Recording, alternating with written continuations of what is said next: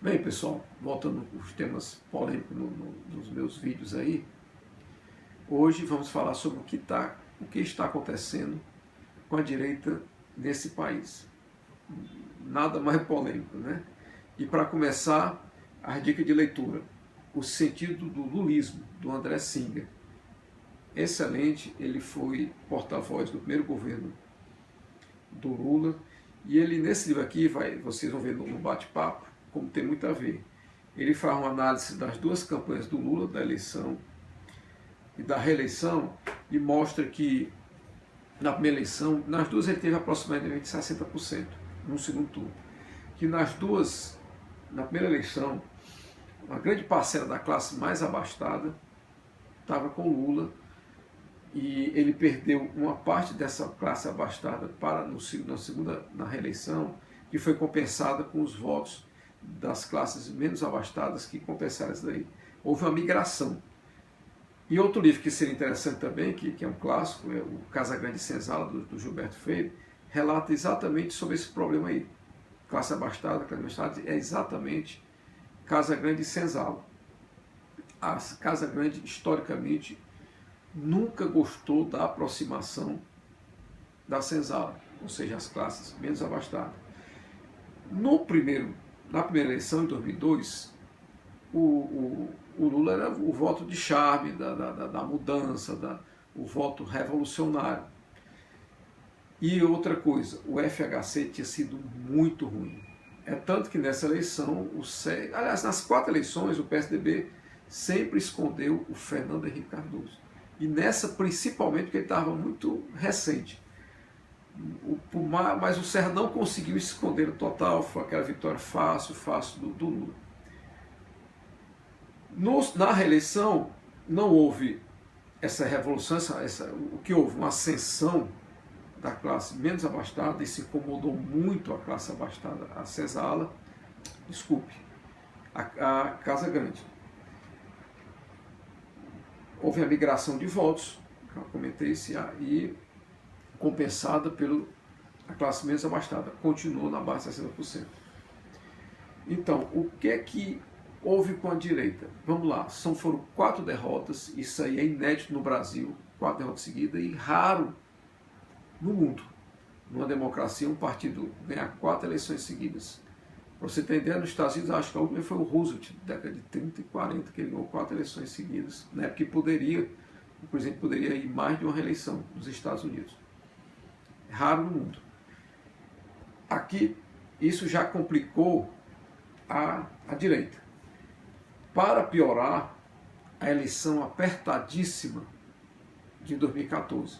Para vocês terem uma ideia, nas 3 semanas que vai do primeiro turno para o segundo turno, o Aécio esteve na frente da Dilma 1,2, isso nos estudos sérios, né?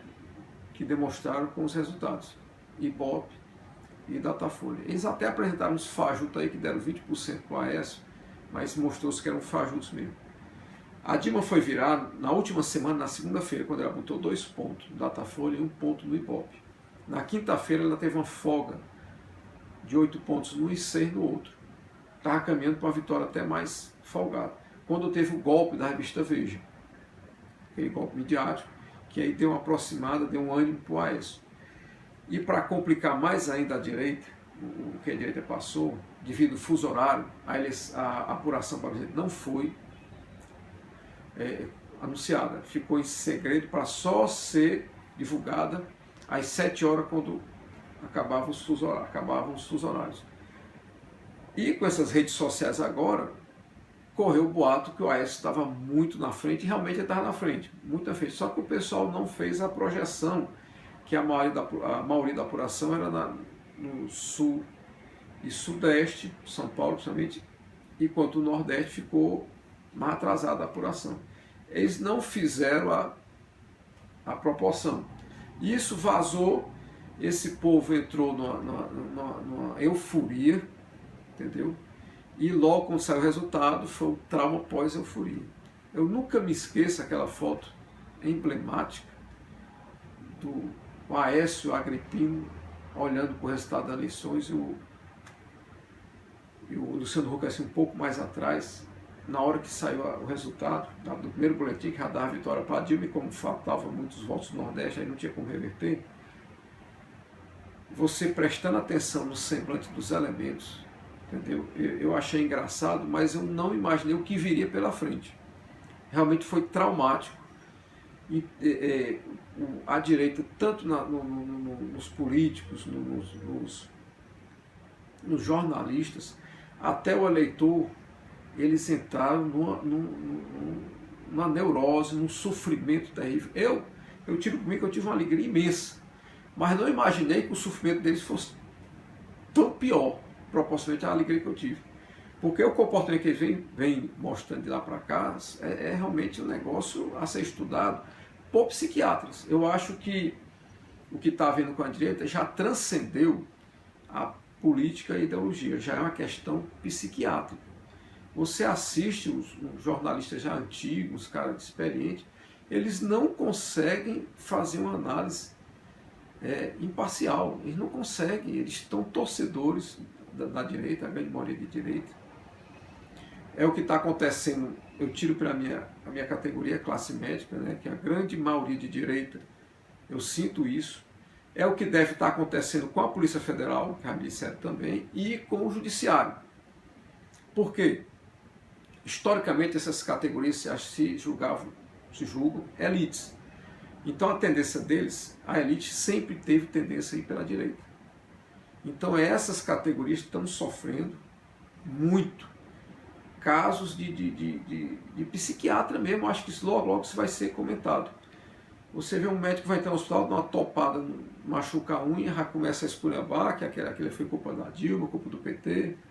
É impressionante. Eu vi num grupo de WhatsApp, uma colega dizendo que queria que morresse o médico que tratou o câncer do Lula. Quer dizer, isso já transcendeu a análise racional, está indo muito por emocional. Essas multidões que vão para a rua, nesses fora Dilma, lembra muito as terapias de grupo.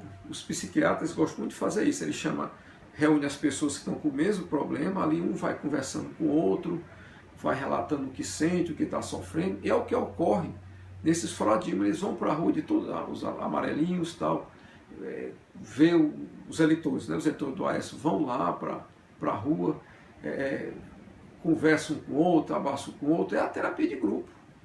Eles estão buscando aquele prazer que está perdido há muito tempo, ou seja, tirar o PT do poder, porque o PT está incomodando muito, a classe menos está chegando junto, e isso incomoda demais a classe mais abastada. A revista Veja, que não é besta, né, que cometeu a grande besteira, depois vai corrigir essa besteira, eu vou explicar por quê, perdeu para a direita, perdeu os leitores de esquerda, que é a grande maioria. Era uma revista excelente. Eu assinei por muito tempo. Hoje ela transformou-se de uma publicação direita fascista. Como ela não é besta, já sabe que só tem esses leitores agora da extrema-direita, ela toda semana coloca a capa lá, o Lula preso, a Dilma presa, aquele negócio todo. Para o elemento de direita, ver aquilo na banca, ver aquilo no supermercado, para ele é um bálsamo. Ele compra aquela revista como se estivesse comprando um Prozac. Tá entendendo? É o que está ocorrendo. Inclusive, essa semana saiu até uma reportagem interessante na capa da Veja sobre o comportamento de gênero, que eu queria dar uma lida. Eu tenho vergonha de chegar numa banca e comprar, de alguém me ver comprando a revista Veja, uma revista nazi-fascista. Eu já tenho vergonha, porque nessa semana saiu uma reportagem diferente de capa, né? Lá dentro, como sempre. Então, eu acho que, outra coisa, estão torcendo pelo pior. O Nelson Rodrigues relatava que realmente nós temos o complexo de vira-lata, que melhorou na Copa de 58, a primeira Copa que melhorou. Sempre teve o complexo de vira-lata. O que seria o complexo de vira-lata? O pessoal do primeiro mundo é melhor do que a gente. Isso piorou muito. A direita está odiando o país, é interessante, eles vibram. Aumentou a inflação, eles vibram. Aumentou o desemprego, mas só que essas coisas ruins não é só para petista, não, pega eles também. Eles têm que entender isso. Eu sei que é difícil, eles estão sofrendo. a parte emocional fala mais alto, mas eles, não adianta ter esse comportamento. Vai ter que esperar 2018. Outra coisa, esses legado, essas más notícias, inflação, desemprego, vai afetar muito pouco o Lula em 2018. Se a Dilma fosse tentar outra eleição, tudo bem, estariam fazendo. Mas só que isso não vai pegar muito pouco no Lula. O legado do Lula, a lembrança do Lula é de prosperidade, onde todos ganham dinheiro, do mais pobre ao mais rico. A direita sabe disso, é um comportamento patológico. Então, não adianta querer destruir o país que vai ficar para Dilma. Não adianta. Quando o Lula vier, vai ser o salvador. O legado é o que o Lula deixou de prosperidade, que é negócio todo. Então, vamos tentar ir mais por racional. Vocês vão sofrer menos, tá entendendo? E em 2018, como um vídeo que eu fiz brincando aí com meus colegas logo depois da eleição, tem a eleição. E se a direita quiser tentar outro golpe aí, estamos aí, 2018 estamos de novo aí. Democracia é isso, pessoal.